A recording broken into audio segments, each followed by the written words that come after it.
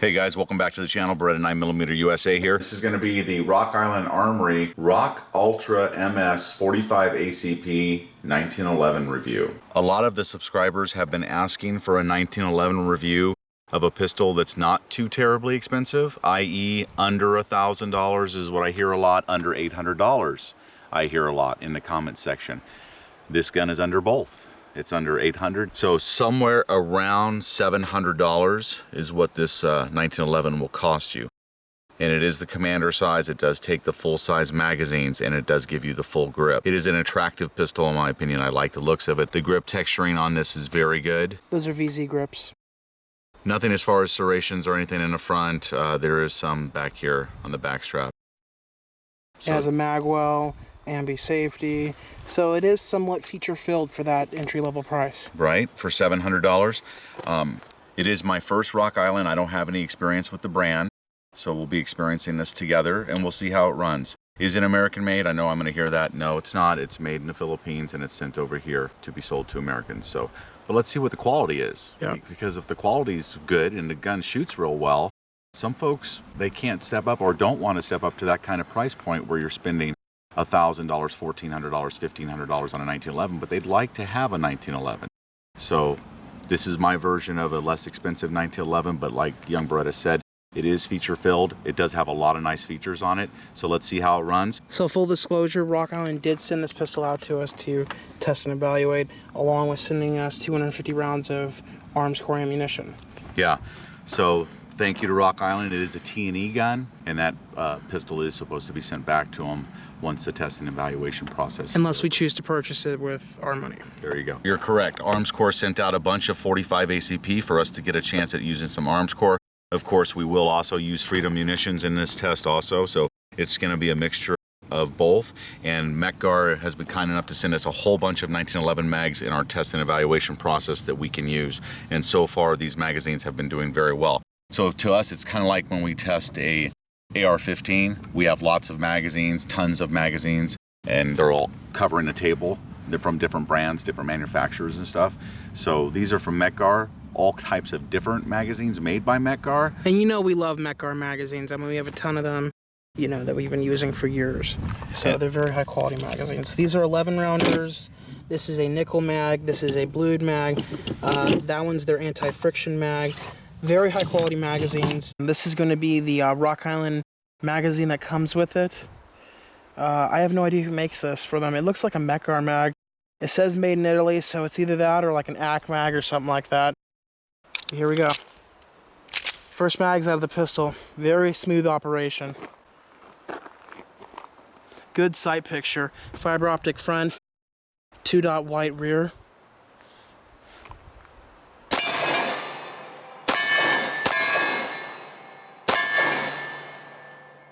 Malfunction. That's pretty funny. Okay.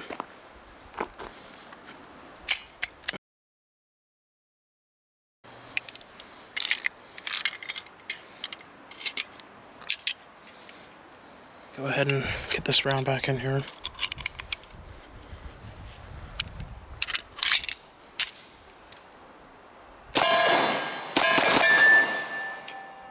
Okay, first mag down, one little malfunction. Let's go ahead and try one of these Mekgar 11 round magazines. Here we go, one hand.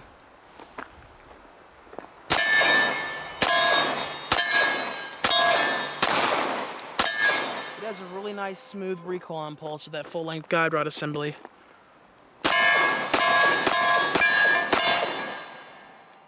100%. Walk back. Yep. Unlike the Smith & Wesson 1911. So here's another Mekgar magazine, blued 11 rounder.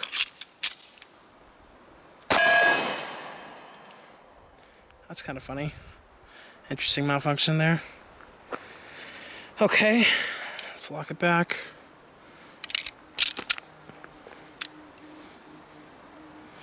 Go ahead and save that round.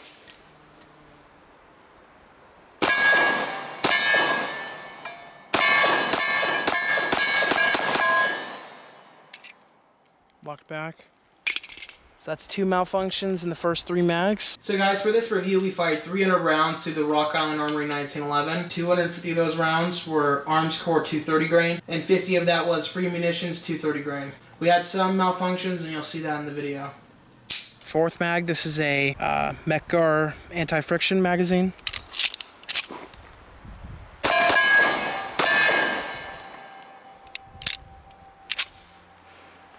This Armscor ammo isn't doing that great in this 1911.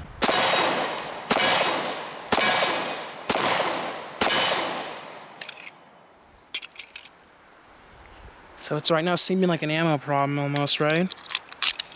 I don't know, it might just be the break-in, dude.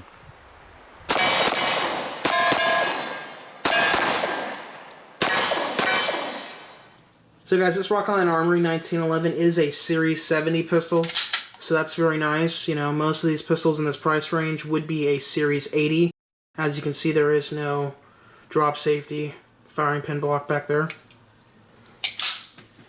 Trigger on it is pretty good. We'll talk about that later. This particular 1911 has a 4 1/4 inch barrel, and it's basically a commander size 1911. This 1911 has a dovetailed fiber optic front side to it, as you can see right there, and an adjustable rear sight. That's an LPA side, by the way. So guys, although this is a Series 70 1911, it does depart from the traditional design in that it does have a full-length guide rod assembly to it. So that will help with felt recoil and perceived recoil, but it is different. You're going to have to use a different tool to take it down and stuff like that. What do you think of the recoil of this pistol? I thought actually it shot really, really well as far as the felt recoil from the operator's point of view. The pistol does come in at almost 37 ounces. It is made of solid steel. It has a steel frame and a steel slide. So the steel that it's made out of, you guys, is 4140 ordnance steel. So since we're talking about the frame and the slide, let's talk about the fit here of the 1911. As you can see right there in the back, it's very well done. Very, very little movement. The barrel has a little bit of movement in it. The amount of movement in the barrel is very minimal. Yeah. It's very well fitted. And the overall slide tightness to the frame and stuff, I was pretty impressed with. Yeah. There's some things about this handgun that are very impressive. So let's talk about this next, the skeletonized trigger. Trigger has a little bit of movement up and down, so it's not as well fit as something that is more expensive, like a Smith & Wesson 1911 or a Dan Wesson 1911. But I gotta tell you, it's a lot better fit than that Performance Center 1911 from Smith & Wesson. Well, it's also better than some of the other things we looked at the gun shop the last time we went. Things like Remington and Springfield Armory. There was, I mean, we weren't looking at top of the line Springfield Armories, but we were looking at some of their more budget, 1911s, because I would like to put together a video that represents a tremendous value in 1911s, not just the stuff that I really like. Can I find a 1911 out there that sells for around $700 or less, and it still represents not only a screaming value, but also you're getting a lot of bang for your buck. Yeah. So this is the one that I selected to test, and thankfully they sent it out to us as a T&E gun. And to be honest with you, it's going to be a little painful for me to send it back to them. Yeah, very true. So this pistol does represent a lot for its price point.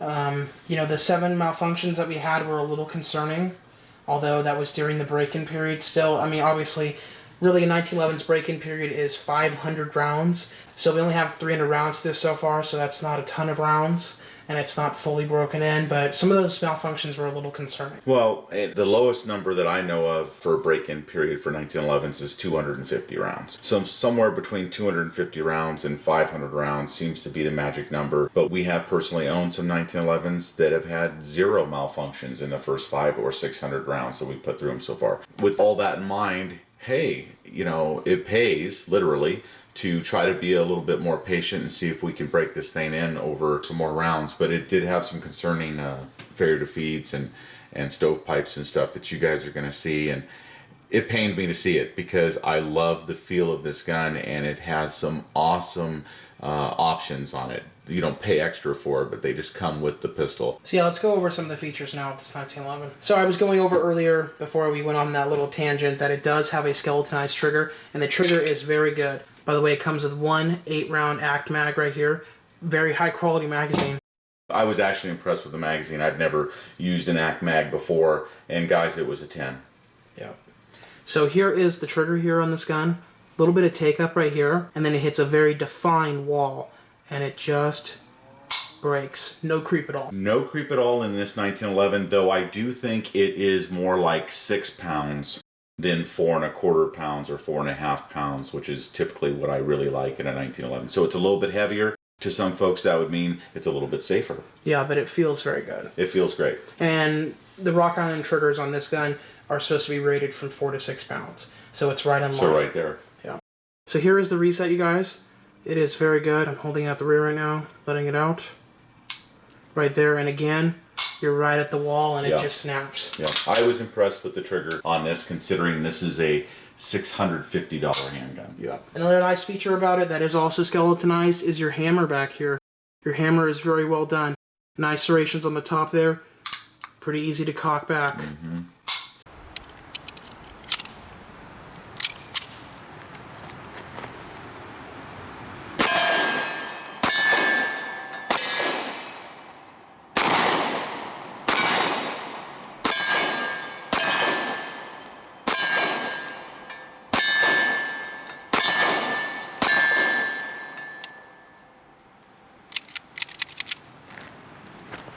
So the Metgar 1911 mag strikes again.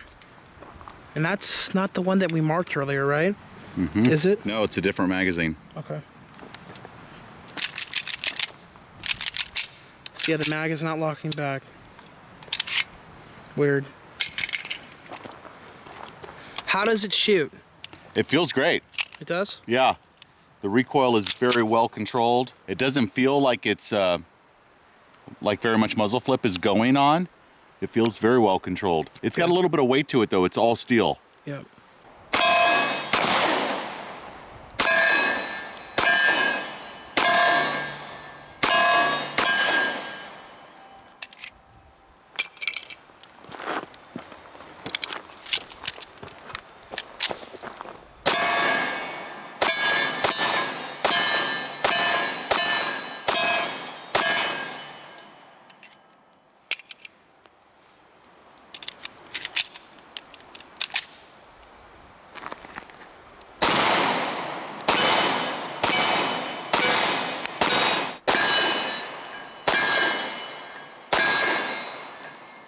So no malfunctions on all my mags except for it not locking back. Yep.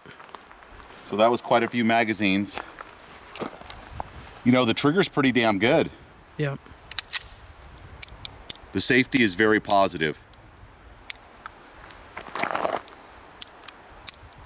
And pretty easy to manipulate, be it right-handed or left-handed. You want to ride your thumb above the safety when you're shooting a 1911. That'll help from the recoil accidentally activating the safety. So you want to ride your thumb up on top. It may feel a little uncomfortable at first, but you do get used to it. The sights are good. Yep. One thing you do get with this particular Rock Island that is pretty much standard throughout most of their models is the finish. It has a black parkerized finish to it. It just kind of has a dull black like finish, which is good if you're being tactical. If you're more of a collector of firearms, this is probably more of a business 1911 than it is a collector's piece, which goes okay with the price too, right? It's very military-like. Yeah. So you just got to realize what you're getting. So that could be considered a little bit of a con, but some guys will be like, hey, that's the business finish, man. That's the finish you want to go into a type of situation where you may have to use a handgun like this. And I agree. They're absolutely right. One thing I wanted to go over is the ambi safety on this 1911.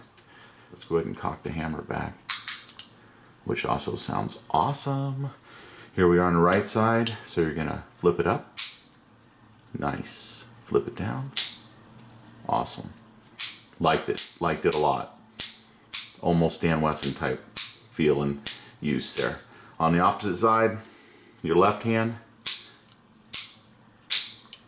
again, just a real good snap to it. Really positive. Very positive, and this is made of steel.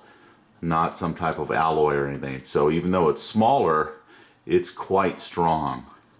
I was impressed with it. Good quality there. A little bit better than the Smith & Wesson Performance Center 1911 on this side as far as the safety is concerned. I like a nice strong safety, and that's what it is. VZ Operator 2 grips. Tremendous. Great. Locking into the hand is assured with these grips here. The 1911 has a very nice mainspring housing here. This is 20 lines per inch or 25 lines per inch. To be honest, I don't know. They don't have it on their website, but I'm going to assume it's 20.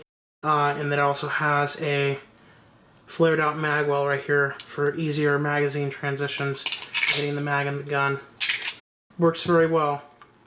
It's pretty well blended right there. Not bad. It's got some vertical lines of serrations here in the front. So again, these are some of these things that would be considered options on a lot of beginner 1911s that come with this handgun stock. So guys, that covers all the features on this particular 1911. So now let's talk about the 7 malfunctions that were concerning us earlier.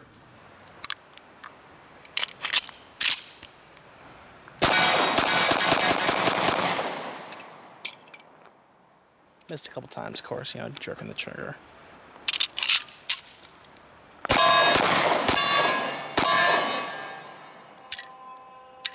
Another failure to feed. It stopped at the feeding ramp, the Armscor ammunition.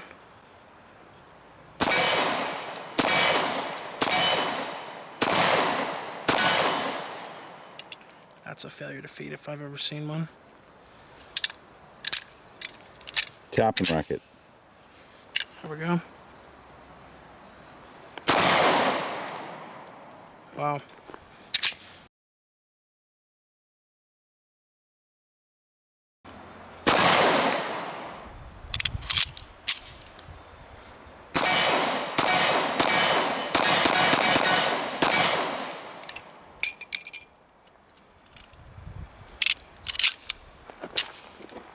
This is free munitions now.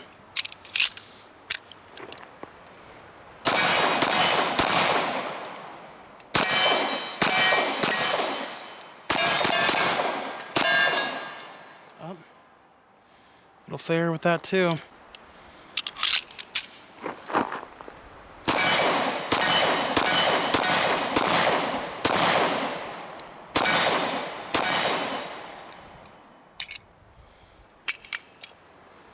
Last mag, Armscor ammunition.